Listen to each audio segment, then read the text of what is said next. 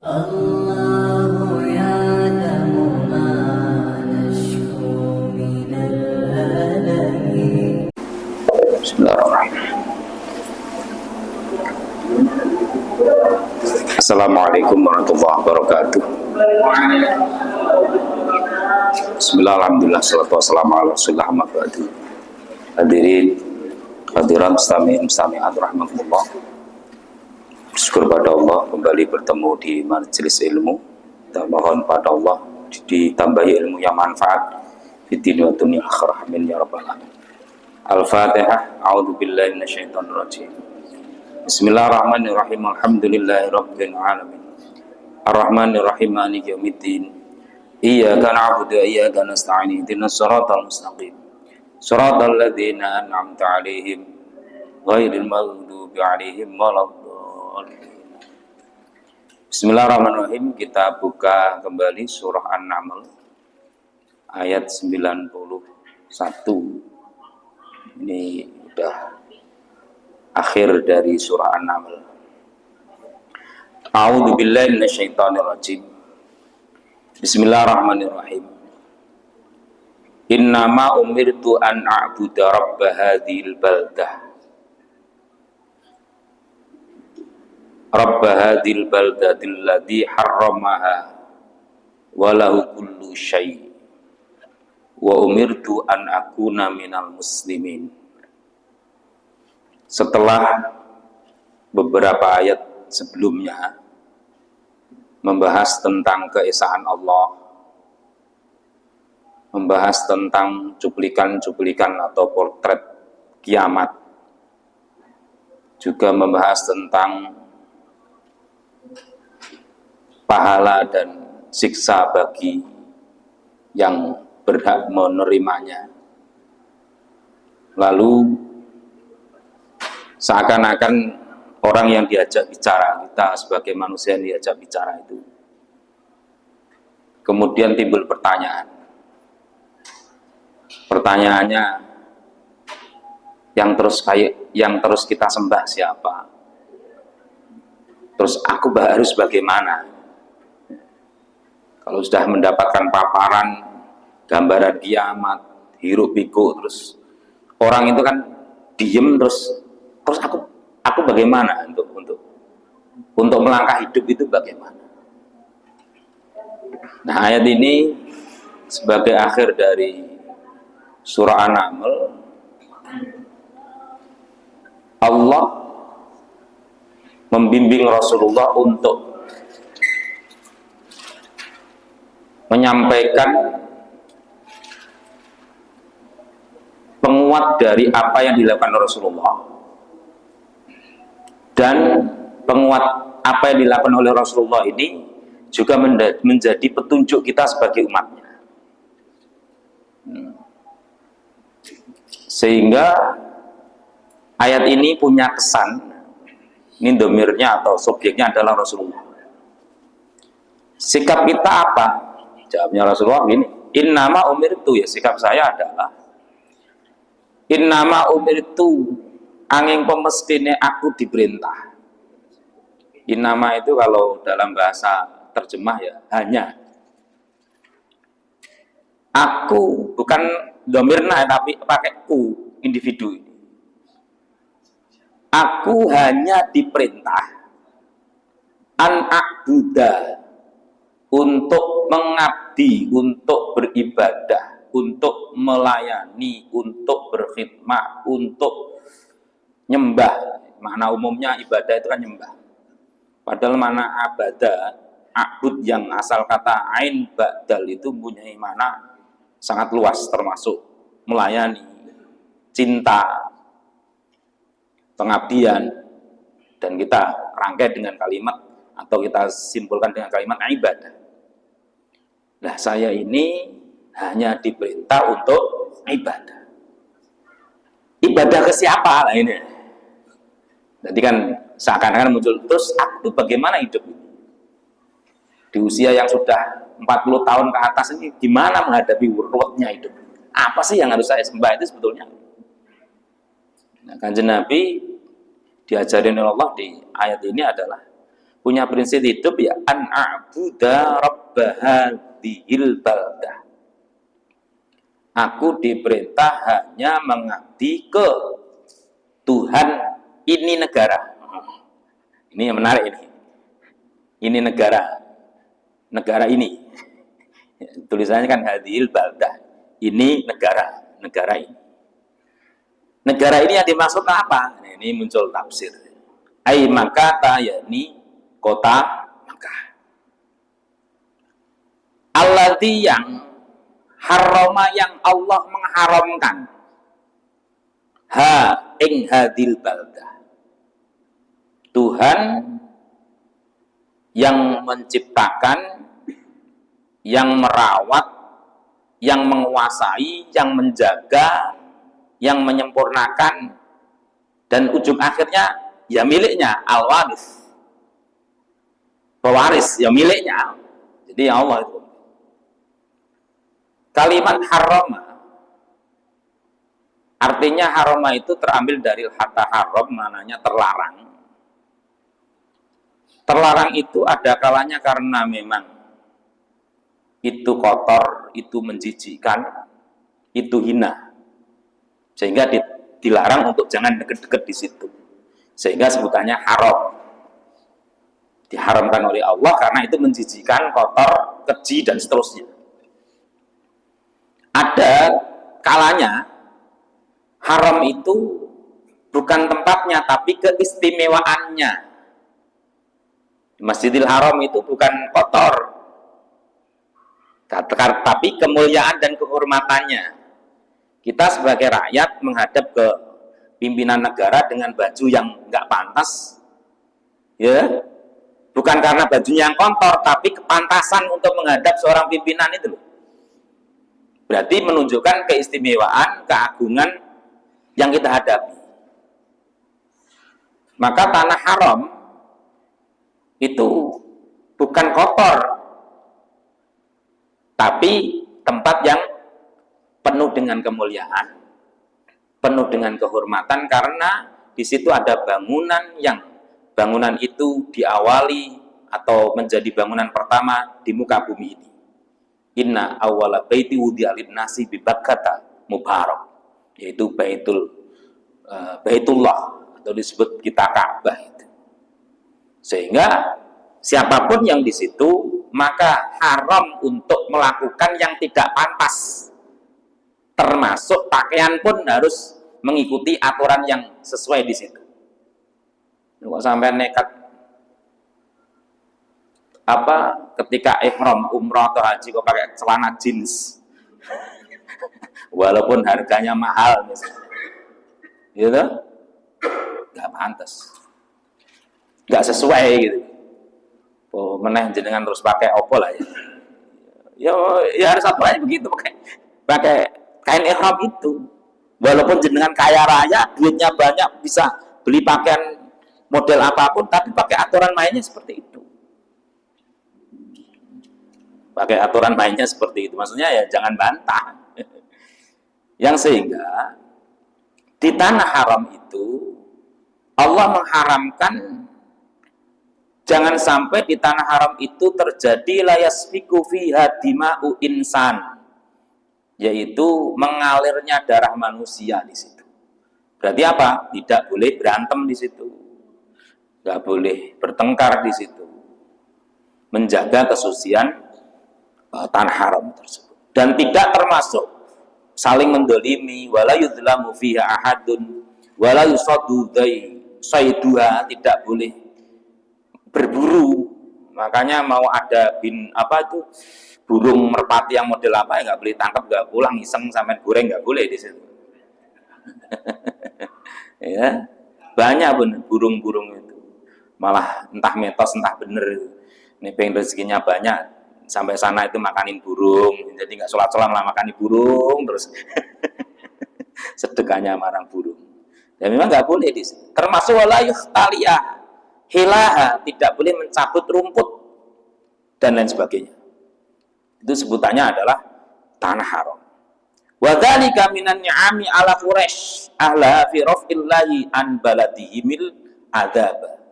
Kesemuanya itu artinya negeri Mekah dimuliakan oleh Allah dengan sebutan tanah haram yang saya sebut tadi sebagai tanah yang istimewa. Itu merupakan kenikmatan-kenikmatan Allah yang diberikan kepada orang Quraisy saat itu. Kenikmatan berupa apa? Kenikmatan berupa tersingkirnya dari siksaan atau terhalonya dari musibah yang menjadikan negeri itu tidak aman. Berarti simbol atau sentralnya bumi itu ya di situ. Kalau itu kacau ya bisa kacau, oleng. Kayaknya selagi masih ada orang tawaf itu berarti energinya masih kuat bumi. Kayaknya kemarin waktu pandemi agak mikir, nggak ada yang tawaf soalnya. Ternyata masih ada lah pegawainya berapa gitu. Karena kan dilarang kan, umroh haji dilarang. Itu kalau bisa berlarut sampai sekarang, insya Allah, alhamdulillah. Itu berarti suatu kenikmatan. Nah, kalau baca ayatnya sampai sini, kita mikir, oh berarti Kanjeng Nabi itu hanya nyembah Tuhannya orang Arab, lah gitu lah. Bener gak? Loh, itu hadil balad kok. Bener gak? Loh, sampai naik moco sampai sini bahaya. Bahaya. Sehingga bagi orang-orang musyrik terus memilah Tuhan itu seakan-akan dibagi pekerjaan. Tuhan langit, Tuhan apa? Tuhan angin, Tuhan api, Tuhan apa lagi? Tumbuh-tumbuhan. Wah, ini bahaya ini. Tuhan suku A, suku B. Nah, ternyata lanjutan ayat gini, walahu kullu syai'in. Walahu kullu syai'in. Walahu dan itu milik alladzi rabba hadzal baldatil ladzi haramaha. Kullu syai'in, segala sesuatu. Artinya ya bukan hanya milik negeri Arab, bukan hanya milik tanah haram.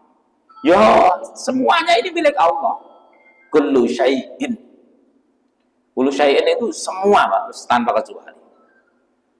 Wong Indonesia, wong dan lain sebagainya. Lalu kenapa ayat ini kok disebut hadal balad, Rabb hadal balad? Ingat di surah Al-Quraisy, falyabudu Rabb hadal bait, ya, Rabb hadal bait alladzi at'amahum min ju'in wa amanahum min khauf. Artinya Allah mengajari kita untuk cinta tanah air, mengajari kita untuk cinta tanah air. Itu tanggung jawab kita, ya kita hidup di sini, ya tanggung jawab kita di sini.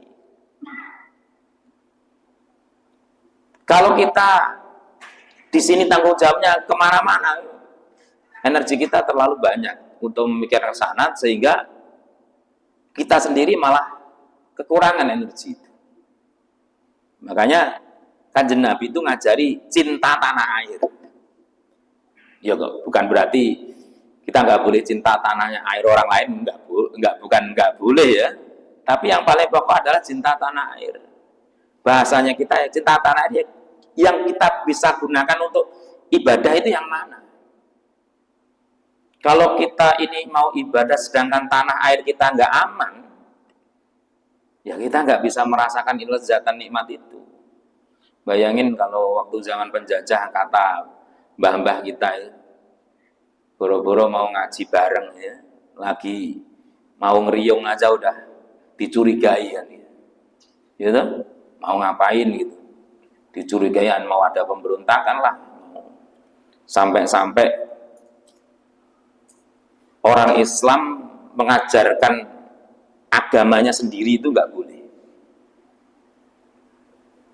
Sehingga ini termasuk Allah memberi fadl kepada orang Indonesia itu bikin bahasa Arab pegon.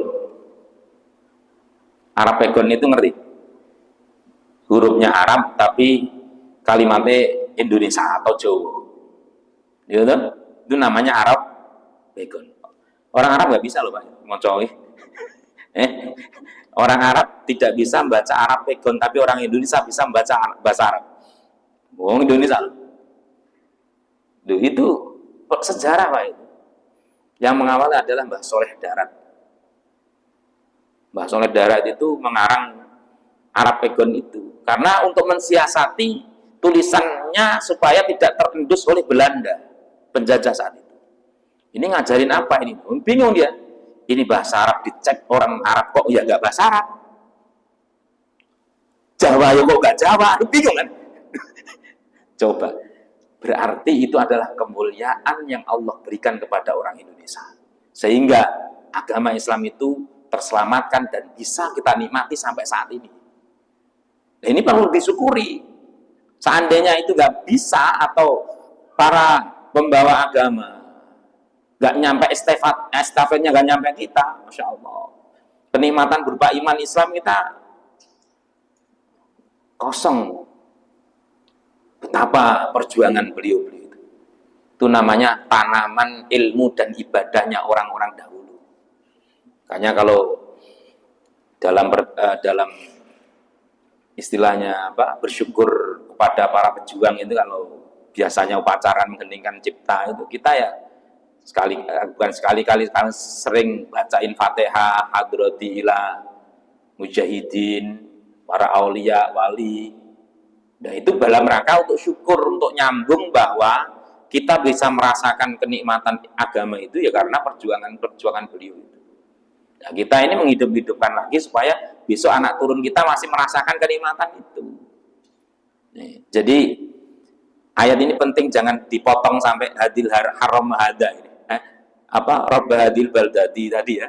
Seakan-akan wah Tuhannya hanya milik orang. Perlu walahu kullu syai'.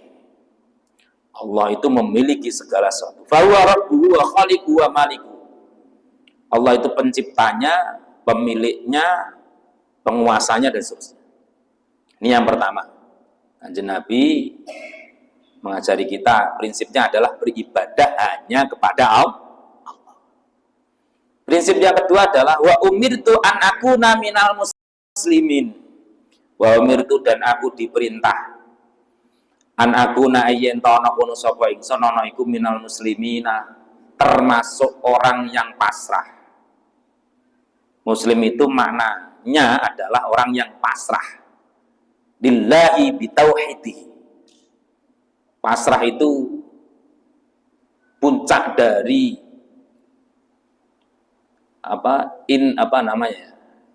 esensi manusia. Maka kalau belum mencapai tingkat pasrah ini pasti banyak masalah masih. Pasti masih banyak. Saya bilang pasti banyak masalah. Masalah itu kan terbuat dari muncul akibat dari keinginan yang tidak tercapai, sehingga seakan-akan masalah. Jute ini pengen ngopi, malah air putih, masalah kan bagi yang nggak terima air putih. Ya, tapi kalau pasrah ono niku istipangan diminum ya enggak masalah. Nah, muslim itu secara syariat memang asyhadu alla ilaha illallah wa asyhadu anna muhammadur rasulullah. Secara hakikatnya adalah menyerahkan apapun yang kita ini saat ini atau yang akan datang itu hanya Allah yang atur. Nah, ini butuh latihan karena Allah sudah memberi perangkat berupa nafsu dan juga akal di dalam diri kita ini. Nafsu tujuannya untuk menjadi kendaraan supaya manusia tumbuh dan berkembang. Akal untuk membimbing, memutuskan ini jalan, ini berhenti dan seterusnya. Tapi kadang akal tumpul karena terlanjur tidak pernah diasah. Yang diasah adalah nafsunya, atau yang sering dilatih nafsunya. Kok nafsunya dilatih? Iya, kecil kalau nggak makan dimarahin sama bapaknya, harus makan. Ya, bareng nggak bisa ngerim makan kok terus, lah salah lagi. Giliran sudah besar, setua mangane akeh, ngoro-ngoro banyak penyakit, akhirnya suruh ngurangi makan. Dulu konsepnya harus makan. Ini bab makan itu. Bab tidur ya gitu. Anak jam 8 malam suruh tidur. Barang sudah banyak tugas, jam segini udah tidur, itu tugasmu banyak loh, salah lagi. Kadang kalau dipikir-pikir itu dari awal salah, Mbak ya. Ya ini, kalau dulu orang Indonesia, orang Jawa ya bilang mangan nggak mangan sepenting. Nah, saya kira repot kan konsep itu. Ya orang mangan tenan lah ngumpul, ngeriung nggak ono kopi ya kecut kan gitu kan. Ya. Jadi latihan-latihan itu penting, termasuk kita ini duduk di masjid 1 jam ini ngelatih nafsu, pikiran kita mau pasti punya planning yang macam-macam malam minggu. Pemenang gayane punya duit sedikit udah mikirnya macam-macam. Kalau nggak dilatih, ya loh, malam minggu bulan awal ini nongkrong nih warung kopi, apa, sing nyuguhin ayu, macam-macam deh.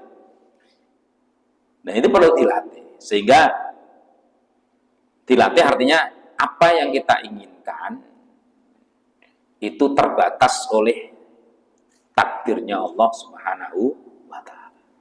Tapi bukan berarti kita nggak boleh merencanakan kayak mempunyai keinginan, enggak. Keinginan dan rencana itu ya boleh, tapi kembali bahwa hasil akhirnya diserahkan kepada Allah. Fa idza azamta fatawakkal Allah. Rencana itu boleh. Wong kita ini diberi kuasa untuk memproses sebuah proses kehidupan, tapi tidak kuasa untuk hasil akhir. Ingat ini. Kadang kita ini pengennya hasil akhir ya kita yang proses. Pokoknya saya ngelakuin ini, hasilnya ini, ya gitu kan. Hasil ini Allah yang punya. Cuman kan terlanjur cerdas tadi, akalnya terlanjur planningnya akhirnya kebablasan. Maka ayat ini mengajarkan kita yang disembah hanya Allah, dan kita ini hanya menjadi orang yang muslim, menjadi orang muslim. Sehingga orang muslim di dalam hadis kan, siapa sih muslim itu? Man salima muslimu min lisanihi wa yadihi. Orang muslim lain selamat dari lisan kita dan tangan kita. Artinya apa? Urusan orang lain itu bukan urusan kita.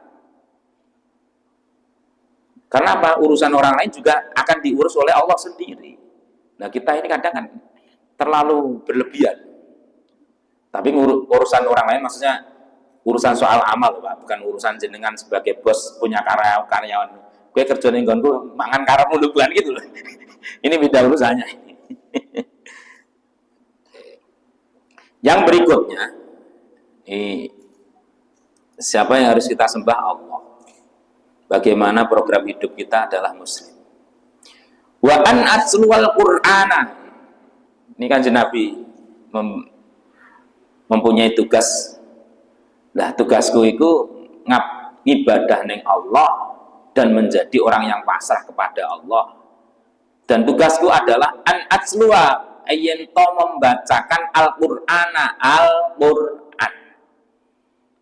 Berarti kan Nabi itu setelah menjadi Rasul sampai wafat, ya beliau mengajarkan Al-Quran itu. Bukan hanya mengajarkan membacanya, mempraktekkan untuk hidup seperti Al-Quran. Makanya sebutannya Kanjeng Nabi itu Al-Quran hidup, Al-Quran berjalan. Sebutan lain khuluquhul Quran. Namanya khuluquhul Quran, Masya Allah. Lihat Kanjeng Nabi kayak apa rasanya, seger, indah, luar biasa. Nah, kita pun kalau misalkan 114 surah nggak mampu ya, minimal berapa surah yang kita pahami dan kita praktekkan. Ya, sepakat Al-Fatihah pada hafal kan ya. Kita praktekkan Fatihah itu keren loh Pak. Duh, Fatihah itu luar biasa loh Pak. Umul Quran, induk dari Al-Quran. Kayaknya kalau kita baca Al-Fatihah, kita nikmati. Ini di hadits qudsi banyak ditulis, di tafsir juga banyak ditulis di Al-Fatihah. Ketika kita menyebut alhamdulillahirabbil alamin, Allah kan jawabin, hambaku sedang memujiku. Makanya seyogyanya baca Fatihah. Ya, ada jedahnya. Karena kita ini sedang dijawab gitu. Tapi jangan bantah untuk fisik, kok nggak denger loh, repot. Rasakan bahwa kita ini memuji Allah, Allah berbalas. Allah memuji kita di forum mulia. Tuh loh, hambaku sedang memujiku. Ar-Rahmanir Rahim, sedang ngelem aku. Maliki Yaumiddin, sedang mengagungkanku. Iyyaka na'budu wa iyyaka nasta'in. Ini ayat untuk dua, hambaku apa yang diminta dan pengabdiannya aja untukku. Ihdinas shiratal mustaqim sampai waladhdallin itu milik hambaku semua, inginnya apa. Dan itu kalau dirasakan sebagai bahasa ruhaniyah, betapa nikmatnya orang baca Fatihah itu. Yang sehingga malaikat aja kepingin diizinkan untuk bisa mengamalkan Fatihah. Tapi tidak diizinkan hanya ikut membaca amin ketika ada orang mukmin membaca Fatihah. Duh, kita baca Fatihah ditungguin malaikat, Pak, pengen bareng amin. Cuman kedaluan anak-anak kecil itu, waladhdallin kita bernafas sudah amin. Kalau jamaah kan udah duluan berburu-buru anak kecil itu, waladhdallin. Maka siapapun yang merasa menjadi pewaris Nabi, sadari bahwa dia harus benar-benar belajar Al-Quran. Kalau dia mengaku menjadi ulama warasatul anbiya, berarti dia harus belajar Al-Quran. Kalau nggak belajar Al-Quran, ngaku sebagai pewaris Nabi, terus diajarannya apa? Masalah ini malah. Karena apa? Tugas pokoknya wa an atsual Quran. Penting itu. Alaikum tilawatat da'wa ilal iman. Membaca Al-Quran maksudnya adalah membacakan kepada kalian dalam bacaan dakwah, ad-da'wa ilal iman. Jadi Al-Quran itu diejawantahkan sesuai dengan audien. Tujuannya apa? Untuk supaya iman kepada Allah. Bukan nyembah Al-Qurannya. Walaupun memang ada tahapan-tahapan. Zaman dulu orang senang Al-Quran karena khasiatnya. Sampai-sampai ada Al-Quran kecil itu. Al-Quran kecil apa ya namanya dulu itu ya? Ya Al-Quran Istanbul itu kan. Sampai dikeramatkan gitu. Ya nggak apa-apa, itu kan tahapan-tahapan. Kita mungkin masih kebawa oleh tahapan itu. Pokoknya senang surah Yasin, padahal arti surat Yasinnya nggak ngerti, diwocot terus. Tapi manfaat loh, Pak. Tapi lebih manfaatnya lagi, ya paham isinya, kemudian kandungan di dalam isi Al-Quran yang surah Yasin diperes jadi intisari dalam hidup itu. Itu makna dari wa'an atsual Quran. Maka Al-Quran itu mau dikaji dari segi apapun, mau diambil manfaat dari segi apapun, komplit. Jadi obat ya wasyifa, jadi nur ya cahaya, jadi basyiron sebagai kabar gembira. Di Al-Quran juga menceritakan banyak kabar gembira. Sebagai nadhiron, ancaman-ancaman akibat orang yang mendustakan Allah, dan ada semuanya. Sebagai petunjuk untuk meraih derajat yang mulia, ada semuanya. Mau lapan Nabi Adam, maupun lapan Nabi Musa, lapan Nabi Yusuf, Nabi Yunus, Nabi Harun, Nabi Isa, Nabi Ibrahim, Nabi Khidir, lengkap. Ya gak usah Nabi lah, Fir'aun ya ono kan iku. Ya. Korun juga ada. Abu Lahab ada juga. Kafir Quraisy ada juga. Kurang apa? Makanya ya monggo kita ini ngaca, kita mau kemana? Ya kalau kita sepakat ihdinas shiratal mustaqim shiratal ladzina an'amta 'alaihim, berarti jalan hidup kita mengikuti mereka. Tapi ingat, jalan mereka itu enggak lempeng enak terus, Pak. Ujiannya berat. Ujiannya ya nyontok Kanjeng Nabi. Duh, Kanjeng Nabi apa ya enak terus, Pak. Ya Allah. Kanjeng Nabi ku secara dohir ya ujiannya berat. Tapi secara batinnya kenikmatan rohanianya kita nggak mampu untuk menikmati itu. Ya bayangin lah. Mulai dari kecil ya, coba. Insya Allah. Beliau itu seorang pemaaf. Banyak hadis-hadis sahih mengenai keterangan beliau terkait pemaaf. Mau ke masjid, mau pergi kemana, selalu diludahin. Yaitu aktornya ibu-ibu itu. Udah diludahin, dibuangin kotoran gitu. Tapi ketika saat itu yang buangin kotoran nggak ada, Kanjeng Nabi nanyain, tumben ini nggak ada yang ngeludahin. Tanya ke yang lain, itu sedang sakit. Kalau jenengan didolimin orang, orangnya sakit, apa kalimat pertama? Oh, iya kan? Reaksinya masih beda itu. Syukur. Biar apa bila apa macam-macam. Dia tuh bahagia dengan keadaan itu yang biasa mendolimi. Kanjeng Nabi enggak kok. Pulang di rumah ada enggak kira-kira untuk dibawa untuk oleh-oleh menjenguk. Dengan mantapnya beliau mengetuk pintu, tok tok tok. Siapa di luar? Muhammad. Kaget. Apa mau balas dendam apa enggak? Saya mau jenguk. Duh, kenapa kau tidak marah dan Tuhan saya dan agama saya tidak mengajari untuk itu? Dengan kalimat itu mereka orang yang biasa dolim itu berubah jadi iman kok. Coba. Nah, kita ini kan udah terlanjur apa tadi? Syukur dengan ketidaknyamanan orang lain tadi. Masya Allah. Karena apa? Karena Kanjeng Nabi tujuannya adalah menghantarkan umat manusia untuk merasakan kenikmatan iman dan menjadi orang yang bahagia. Gak ada tujuan itu. Hebatnya Kanjeng Nabi itu. Jadi apapun manusia itu pokoknya pengen supaya hidupnya itu bahagia. Ya keibarat kita sebagai orang tua, anak kita supaya sehat itu bagaimana? Supaya anak kita itu bisa sekolah bagaimana?